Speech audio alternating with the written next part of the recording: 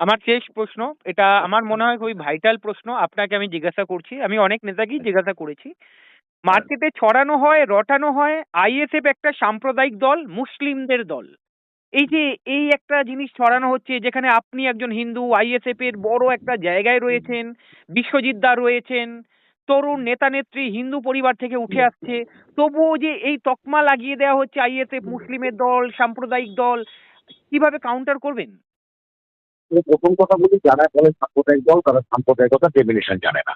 এক, সাম্প্রদায়িকতা কি? এক সম্প্রদায় আরেক সম্প্রদায়কে যারা ঘৃণার চোখে দেখে তারা হচ্ছে সাম্প্রদায়িক, এবং ধর্মীয় উস্কানি দিয়ে যারা ফয়দা লুটে তারা হচ্ছে সাম্প্রদায়িক।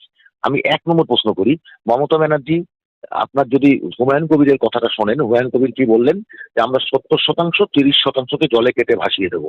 তখন তৃণমূল তাহলে সাম্প্রদায়িক ছিল কি ছিল না? এটা হচ্ছে সাম্প্রদায়িকতা। তাহলে মমতা ব্যানার্জি দলটা সাম্প্রদায়িক, এটা প্রমাণিত হচ্ছে। আর ধর্ম, ধর্ম হচ্ছে ধারণ করা। কে কি ধর্ম ধারণ করবে, কনস্টিটিউশনাল রাইটের মধ্যে সেটা পড়ে।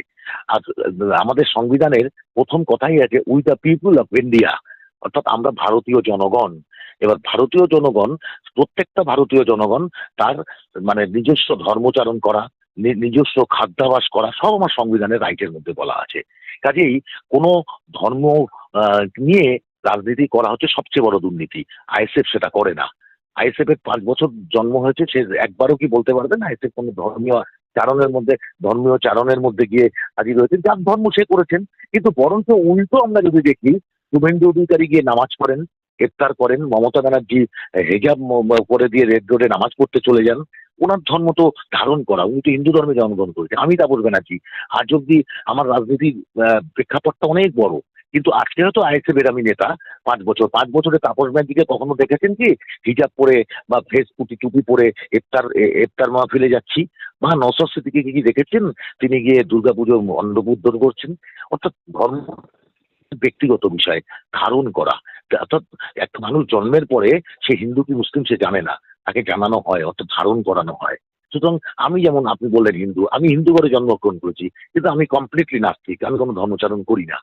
আমার টাইটেল ব্যানার্জি হতে পারে, কিন্তু আমি ধর্মচরণ করি না, আমার গলায় পৈতেও নেই।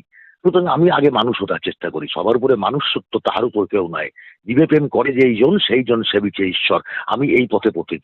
রবীন্দ্রনাথের ভাষায় বলা হয়, ভজন পূজন সাধন আরাধনা সমস্ত থাক পরে, রুদ্ধদ্বারে দেবালয়ের কোণে কেন আছি চোরে, অন্ধকারে লুকিয়ে আপন মনে কাহারে তুই পুজিস সঙ্গোপনে, নয়ন মেলে দেখ দেখি তুই চেয়ে দেবতা নেই ঘরে।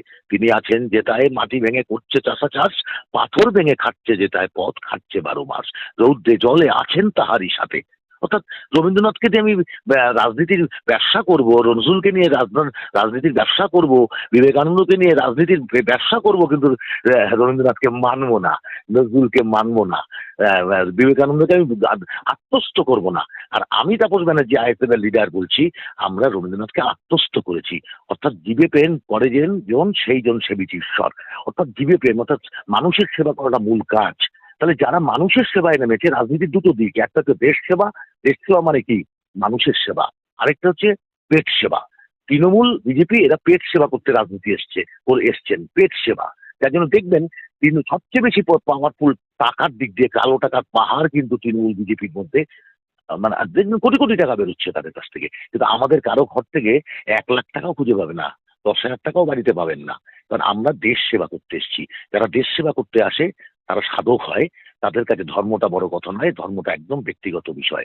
কাজে আইএসএফ সম্পর্কে যে বার্তা দেওয়া হচ্ছে, সুতরাং কেন এটা দেওয়া হচ্ছে? সেই ভাষা, কি ভাষা বলুন তো? যাদের ওই যে বললাম মনুবাদী চিন্তা, অর্থাৎ মুসলিম দল। তার মানে কি মমতা ব্যানার্জি তাহলে সাম্প্রদায়িক দল কি? একটা দলের প্রধান, তাহলে আমি বলি যে জাতীয় কংগ্রেস তৈরি করেছিলেন কে? আলাম অক্টাভিয়ান হিউম। তিনি কে ছিলেন? তিনি ব্রিটিশ নাগরিক, তার প্রেক্ষাপট ছিল। তাহলে কংগ্রেসটাকে ব্রিটিশদের দল? তাহলে আব্বাস সিদ্দিকী যে দলটা প্রতিষ্ঠা করে থাকেন, আব্বাস সিদ্দিকী আইএসএফ এখন কেউ নয়। তাহলে তিনি তো ভারতীয় নাগরিক, তার তো রাইট আছে রাজনৈতিক দল করার। তাহলে আব্বাস সিদ্দিকী যখনই দলটা তৈরি করলেন, তখনই সেটা হয়ে গেল সাম্প্রদায়িক, তাই না? মুসলিম বলে। আর মমতা ব্যানার্জি যখন দলটা তৈরি করলেন, তখন ওটা সাম্প্রদায়িক হলো না। তার মানে কি এটাই হচ্ছে হিন্দুত্ববাদী চিন্তা মানুষের মগজে ঢুকে বসে আছে ৭৮ বছর ধরে। একটা ব্রাহ্মণ্যবাদী সেন্স ঢুকে রয়েছে মানুষের মধ্যে, সেটাকে আজও আমরা কাটাতে পারিনি, যার জন্যই ভারতবর্ষ আজকে পিছিয়ে পড়ছে। আজও খাদ্য সূচকে কোথায় ভারতবর্ষ দাঁড়িয়ে আছে বিশ্বের বুকে, কোন স্থানে দেখুন তো দাঁড়িয়ে। অর্থাৎ যত না বেশি আমরা খাদ্য বস্ত্র বাসস্থানের কথা না বলছি, চাকরির কথা না বলছি, তার থেকে অনেক বেশি ধর্মের কথা বলছি, কিন্তু যেটা রাজনীতিতে কখনোই এটা চলে না। আর সেই কাজটা বিজেপি তৃণমূল সুকৌশলে করে গরিব খেটে খাওয়া মানুষকে ডিভাইডেড করে তুলছে। এই ডিভাইডেশন একমাত্র তৈরি হতে পারে যদি গরিব খেটে খাওয়া প্রান্তিক মানুষ, যাদের কোনো জাত হয় না, ধর্ম হয় না, তাদের শ্রেণী সংগ্রাম যত বেশি বিকশিত করা যাবে, সেটা গণতান্ত্রিক প্রক্রিয়া, অগণতান্ত্রিক প্রক্রিয়ায় সাইমেলটেনিয়াসলি সেটা যদি যত বেশি দৃঢ়তার সাথে নিয়ে যাওয়া যাবে, মানে রাস্তায় নামানো যাবে, এটাকে প্রতিরোধ করে দেওয়া যাবে।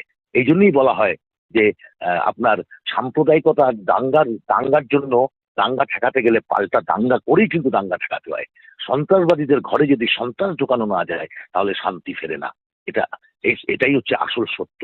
স্বাভাবিক কারণে যারা সাম্প্রদায়িকতা করে, তারা আসলে সাম্প্রদায়িক চিন্তা ভাবনা চেতনা থেকে ক্ষমতায় অধিষ্ঠিত হয়ে একটা শ্রেণীকে শোষণ করবার জন্যই তারা এই অপচেষ্টা চালিয়ে যাচ্ছে, আমরা তার বিরুদ্ধে।